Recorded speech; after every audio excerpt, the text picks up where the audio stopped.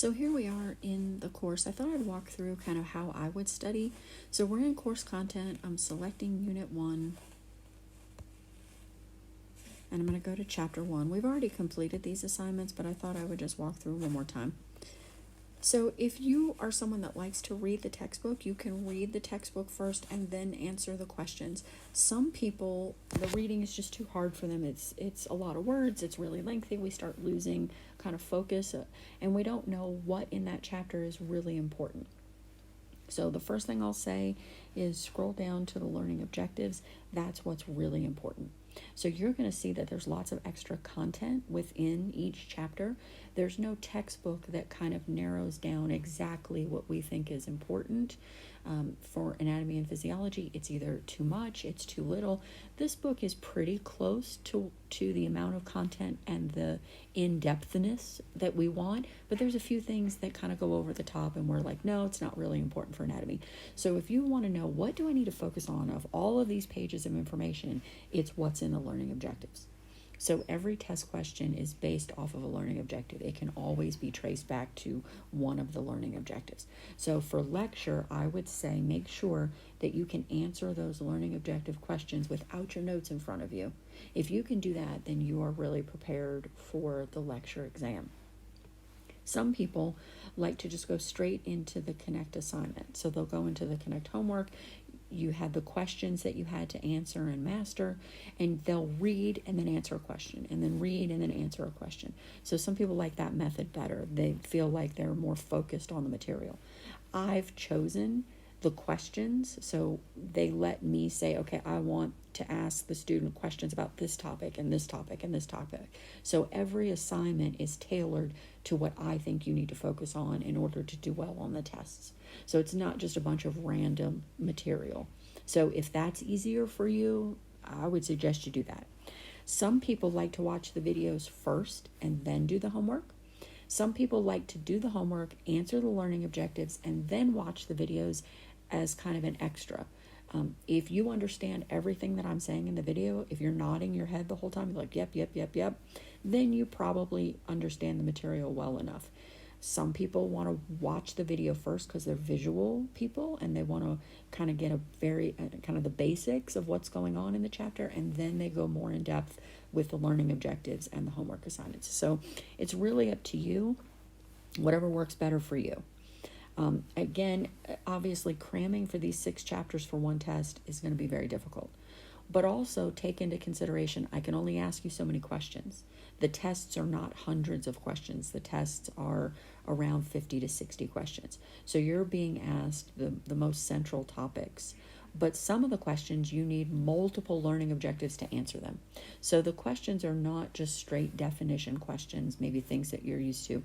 They're worded a little bit more complex. You have to draw on information to answer that question. So we're trying to kind of get you ready for allied health, which is what they do a lot. They have a lot of questions that you can't just have a basic answer. You have to draw on lots of material to answer the question for the test. So the HESI tests are set up that way. So that's the lecture content. For the lab content, you had a lab assignment in there from McGraw-Hill. I also have the body organs labeled. So up here, body organs labeled, you can look through it. I also have the lab guide. You do not have to submit the lab guide. You do not have to work on the lab guide pages. I said go in and identify all the structures in 1.5 and 1.6. That was also in the Connect homework assignment. So you're checking a lot of boxes, and I can't pull it up here. It's just too data heavy for where I'm located. You can see the internet's a little bit slow. But when you're clicking on all of the structures and it's showing you the cadaver, and then at the end you take the quiz. And you can run through the quiz as many times as you want. So sometimes people are real quick to check, yes, I looked at it. I looked at the structure. I looked at, yeah, I got it. And then they go to take the quiz and they can't answer the question. So just be careful that you're spending enough time kind of making sure that you know where that structure is located. You can also refer to the body organs PDF that I put together. So it'll have every structure that's on this 1.5, 1.6. It'll have it listed on that body organs there for you. So inside I've already completed the chapter 1 lab content. So how would you go about studying for lab? I'm going to go back. Maybe. Yay. I'm going to go back down here to Lab Practical Unit 1 Practice Quizzes.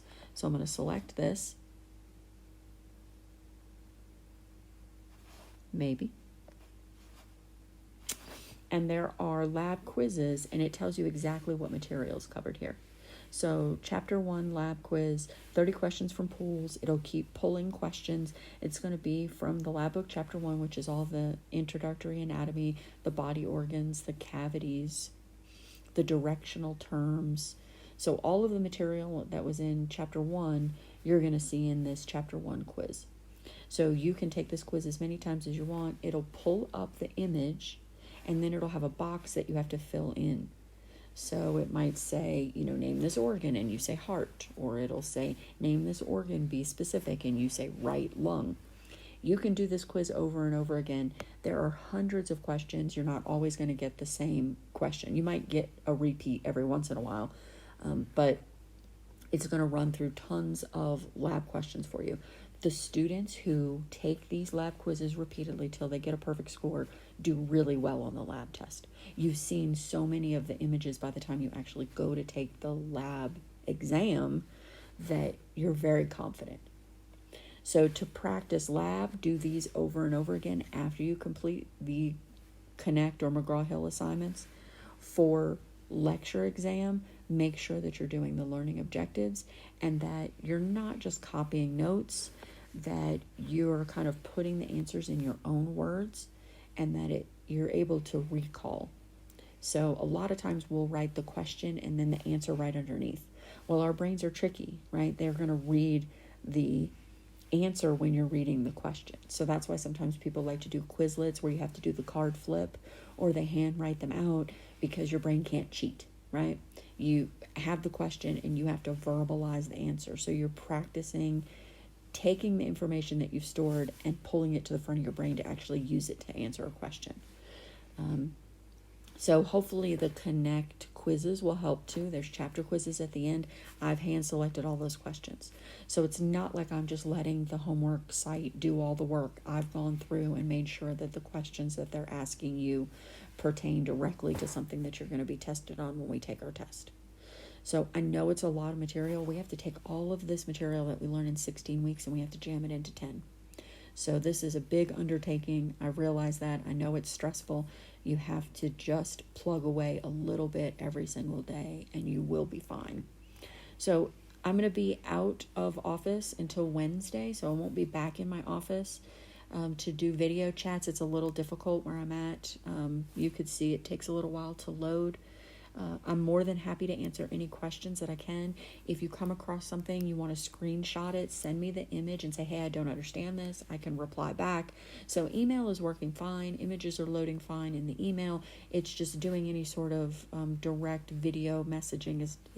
There's a lag and it's not really cooperating. So my apologies, but we have a little while before our test. So hopefully this won't become a problem for us. So if you need anything, please let me know. I am happy to help, even if it's via email. I can answer any questions, and hopefully that relieves a little bit of stress that you guys were having about all of these chapters and what exactly to do for the exam. So I'll talk to you soon. Bye.